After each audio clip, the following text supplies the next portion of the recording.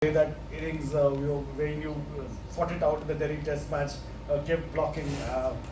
Who do you see in the modern day, cricket? Somebody who can play like that. I mean, we've seen Pujara over the years do that for India. So it's difficult to pick one or two players. I think every team's got one or two of them, but it's more rare now than before. You very seldom see games going to the fifth day and the final session. So yeah, I can't think of any of them at the moment. I think of the South African team. Yeah, I can't think of any who are going to do it. I think they're probably going to play a few shots and try and chase runs down.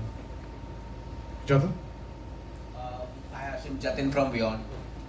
Do you think SA T20 can revive the South Africa's dominance in cricket, in national cricket? And what is the one thing that has impressed you about the standard structure of the league? Yeah, it will definitely play its role in maintaining South Africa's prestige in international cricket. To be quite honest with you, I think over the last 15 years, I know from the time that I started playing for South Africa, about 20 years ago, South Africa have always been a dominant force, and even though they may have not have had slight ups and downs, but by and large South Africa have been consistent in competitions in obviously semi-finals and finals recently. So I think SA20 will play its role in maintaining South Africa's high standard and adding to it. I think we're seeing a lot more youngsters coming through the SA20, and then because they have good SA20s, they're getting fast-tracked into the national team, and I think their experience is just multiplied over a shorter period of time. And I think you've seen that happen with the IPL and the Indian team, and then certainly with the SA20, you're going to see that happening. One thing that is Hashim had two. First thing, you played with Simon Harmer about 10 years ago when he was in India for that under test series. Now he's returning to the country for again after a long time. What sort of threat do you think he would pose for the Indian batters? And you were one of the best players of spin from overseas during your time here. If there's a piece of advice you would like to give the current South African batters on playing spin here, what would that be? Yeah, Simon 10 years ago when we came here, I think obviously he was much younger naturally, and with 10 years of experience, and he's been fantastic in county cricket, in South African cricket, and the way he bowls, you see the confidence that he's bowling. So I think he's going to be a real handful. And thankfully, he's got Keshav Maharaj at the other end, who himself is probably one of the best left-arm spinners in the world. So it's quite a formidable duo, and we're hoping that will be good for South Africa, and they do well. The second part of the question was Playing spin. Playing spin. Yeah, you know what? There's a lot goes into preparation. And I think that's the main thing about playing spin. And I know the South African team, have always, prided themselves on the preparation. You do come onto wickets or surfaces that no amount of preparation can prepare you for, but you prepare for the worst and you certainly play for the best. So I'm sure South Africa's preparation will be great, and I have no doubt about it. The way that they played in Pakistan is also testament to that. The wickets were turning there. So yeah, I think they coming from Pakistan is probably the best preparation that the test team could have had for the test series here. Hashim, what do you make of the current crop of batters that there are in world cricket? The young generation which is now starting to find its feet in the international arena, because there are guys like Gill, Jaiswal, even Deval Brewis in South Africa, Trip Pretorius to a certain extent, who have also kind of grown up on a good diet of T20 cricket. And keeping in context of what you had asked, I mean, playing those long innings when it is required to bat, say, 3 or 4 sessions to force a result. How do you see that? Yeah, I think it's very exciting. I mean, everybody wants to see attacking cricket, and Test cricket. I don't think it's restricted to guys only who are playing shots. I mean, we've seen Test matches where people are digging it out.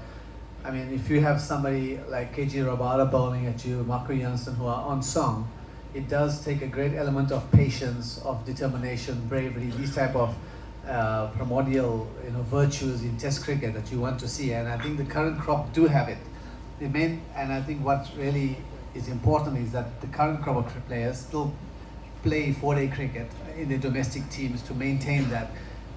probably one of the flaws you've seen is somebody who's playing Test cricket, but they don't play a lot of 4-day cricket to go back to, and then you lose that edge of patience and determination and these type of things. But I've seen around the world, you still have players who are doing it, and that's wonderful to see that they're finding the balance between the T20 aggression and the Test cricket, the long drawn out fight that is needed for Test cricket. Hi, Hashim. You just mentioned about how Test cricket has changed from that locker turn to now. Going forward, there's been a buzz that ICC should eventually go into the two-tier system. Do you think that's the way forward? Because eventually, that's what seems to be the norm. Like 2 or 3 top teams are only fighting it out eventually. Or do you think that? Yeah, I'm not sure. I haven't given it great thought. I haven't sat around the table and kind of bashed out the ramifications of having two-tier system on the top teams and the bottom team. So, yeah, if you give me a week or so, I could come back to you on a more calculated and thoughtful answer for that. Yeah. Hashim, most of the players in the Test squad are all T20 players who have played in IPL, SA20. So what would they be doing right to not take the bad habits of T20 and play Test cricket the way it has to be played? No, it's the preparation that's involved, and I think, if I look at the South African team, they've, like I've mentioned earlier, they just come from a Test series in Pakistan. And for a big series like India, that's the best preparation you can have, is having Test matches in the subcontinent against quality spinners, quality seamers as well. So, as long as, and a lot of those players in the South African team were not involved in the one-day format. So, credit to the think tank of the South African team, they've kept the Test players in the Test mode, running into a big series for South Africa, in India. So, I think that's the best they can do, because does take an adjustment to go from Test cricket to one-day cricket, T20, then back to Test cricket. So I guess adjusting that and giving players rest time to keep them in that mode may be the modern way of maintaining this type of Test excellence. Hi, Ashik Vishal from Cricket Info. The 2 Test matches coming up in Kolkata and Guwahati, it's being said that they may not be ranked turners that South Africa earlier played on in 2015 or 2019. So if they could be pace, carry and bounce and maybe reverse swing, will that make it a little bit more of an even contest? Yeah, it's a good question. I think if you look at both bowling attacks, they both have very good seamers and they've got good spinners. So from a bowling attack perspective, I think the teams are pretty close. I think it's the batting and the ability to get big runs on the board to allow your bowlers to exert that pressure is very important. And I think that's going to be one of the biggest tests for both teams, is getting enough runs to allow your bowlers to win the game for you. South African team have quite a few inexperienced guys who have come to India for their first time, and I think that might also be an advantage for them, because you come to a new place where you haven't played before, you have a lot less baggage of what happened maybe before, in previous tours, and you come with a fresh mind. So it might be an advantage and work in South Africa's favour for the South African tennis. Hi Hashim, you're the head coach of MI Cape Town, and when we talk about MI, we talk about championship legacy. So does this put an extra amount of pressure on you about keeping the same reputation here in SA20? Yeah, I'd say MI Cape Town, MI already come with this reputation or this expectation of performance of a high standard of cricket. And I think from the first season, although we had a fantastic team on paper, we just couldn't translate that onto the pitch. But as the seasons have gone in, and the third season, last season being a very successful one for us, it was because the team grew in its understanding of what the South African T20 format, what type of players you need and what type of environment you need to create to get the best out of the players. So coming to the fourth season as reigning champions, yes, there is a pressure of or expectation of playing good cricket and winning it again. But the expectation was always there, being part of the MI franchise, because they are a winning team and a great brand and a high standards, which has just taken cricket into a new level and something that we enjoy as a former cricketer. I mean, when you look at this type of setup, you really enjoy it because you want to keep improving and keeping abreast of what the cricket trends are, T20 trends, and being in an environment, in the MI Cape Town environment like that, obviously as an overflow from the MI IPL team, it's really lovely to work with. Hashim, hi. A little while ago, India won the Asia Cup, and given the level of competition that there was, with all the teams participating, one could help but feel that it was pretty much a one-sided affair for the Indian team, and they were hardly challenged throughout the tournament with teams like UAE, Nepal, and even Bangladesh, kind of struggling to put up a fight. So this kind of led to this fan theory that how about the Asia Cup be revamped and maybe let's get a team like South Africa in.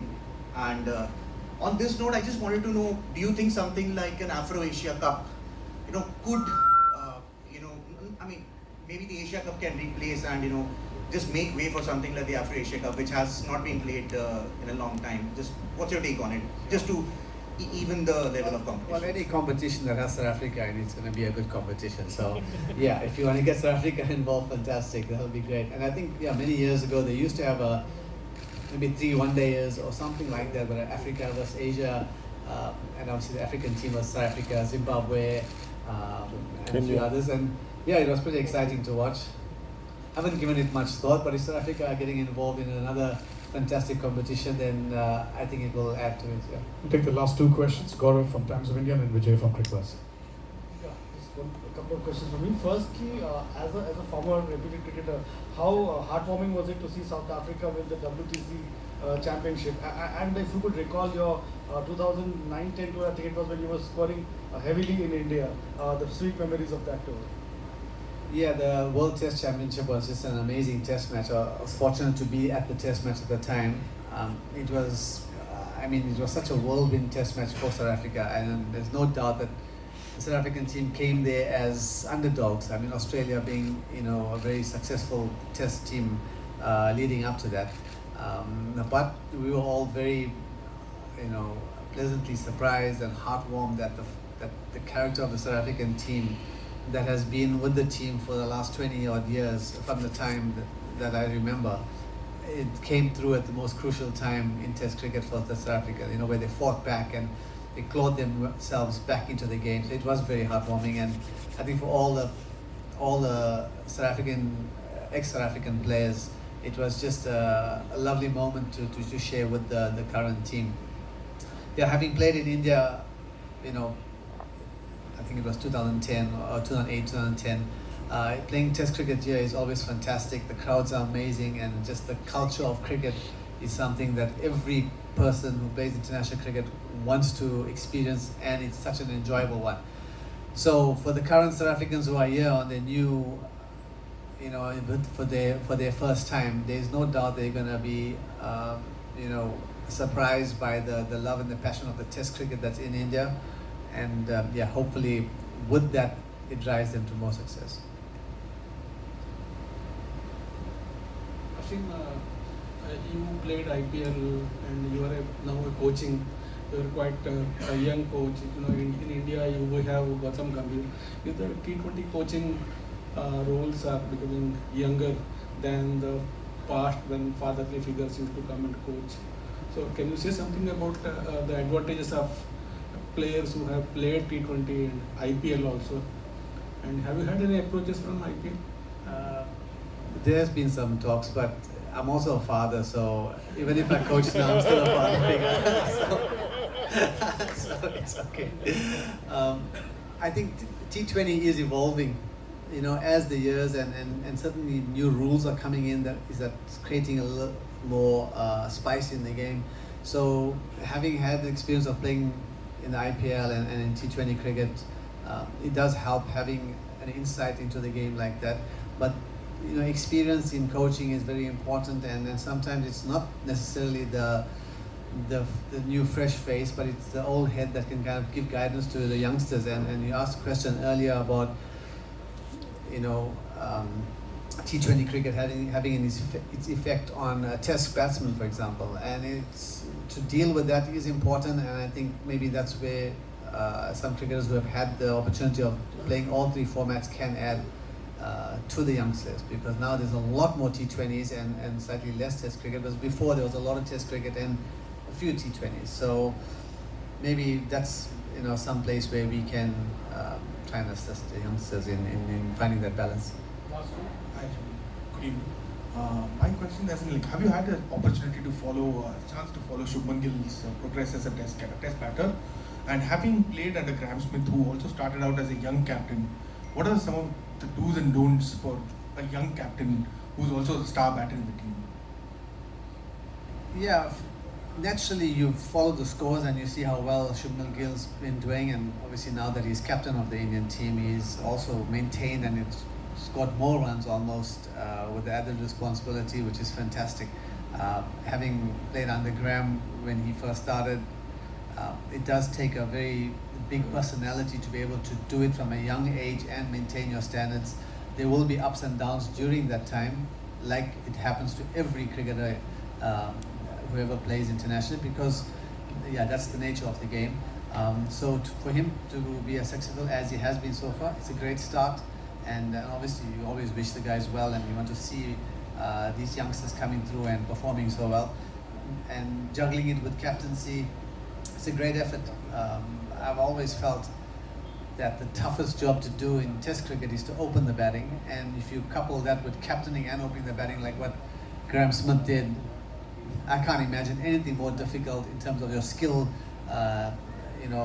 test of your skill and your test of your mental ability of shifting captaincy from the batting side. So obviously we wish him well, and he's done really good so far. Last question. Hashim, from a player's perspective, what are the learnings that you feel SA20 can take from other leagues like BBL or IPL? Well, I think the learnings will come and have come naturally, and it has come from the franchise owners and the franchise admin staff and players who are involved, because whatever good that has come from the IPLs and other franchises has filtered into the South African into the SA20. But the important thing is for the SA20 is for each franchise to understand what's important for South African market, what's working in South Africa. And I think the first 2 seasons, certainly MI have understood that, have done really well in understanding what's important for South African cricket. And that's more important, because I think the information sharing will happen naturally, because you have these big franchises who are already heavily invested and wonderfully invested in South Africa. Thanks so much, guys. Thank you, Ash.